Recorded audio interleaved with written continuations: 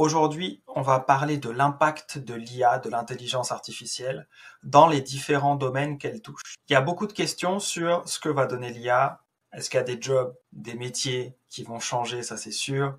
Est-ce qu'il y a des nouveaux métiers qui vont arriver, ça c'est certain. Maintenant, aujourd'hui, je voulais prendre l'exemple des échecs où l'intelligence artificielle existe depuis des dizaines d'années et où on a un retour qui permet de savoir un peu, dans ce domaine-là en tout cas, comment ça a pu évoluer. J'espère que ce retour-là va vous permettre d'avoir des idées, de voir des tendances qui peuvent s'appliquer parfois à d'autres domaines, voire peut-être même souvent, voire peut-être même tout le temps.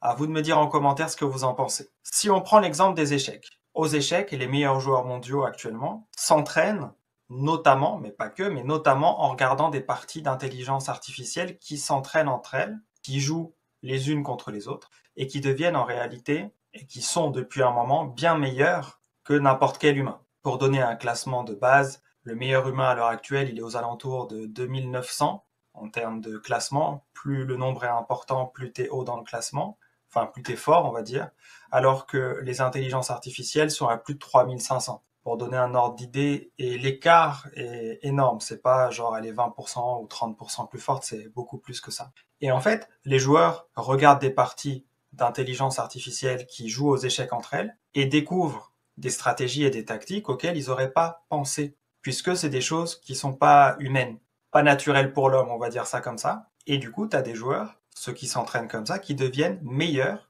plus vite, parce qu'ils ont accès à de nouvelles stratégies. Alors bien évidemment, ces stratégies, il faut être capable de les comprendre et de les appliquer, de s'en souvenir, etc. Mais vous voyez que dans un domaine comme les échecs, qui est un jeu, même s'il y a certaines personnes qui en vivent, ça reste un jeu à la base, l'intelligence artificielle permet aux humains de progresser plus vite que si elle n'était pas là. Je vais pas forcément être plus long dans cette vidéo, j'en referai peut-être sur le sujet ou sur des choses qui sont connexes, qui sont liées à ça. Sur ce, j'espère que ça vous a donné 2-3 idées. Prenez soin de vous, pensez à vous abonner, ça fait toujours plaisir, à liker la vidéo si c'est pas déjà fait, et je vous dis à très vite dans d'autres vidéos. Ciao, ciao.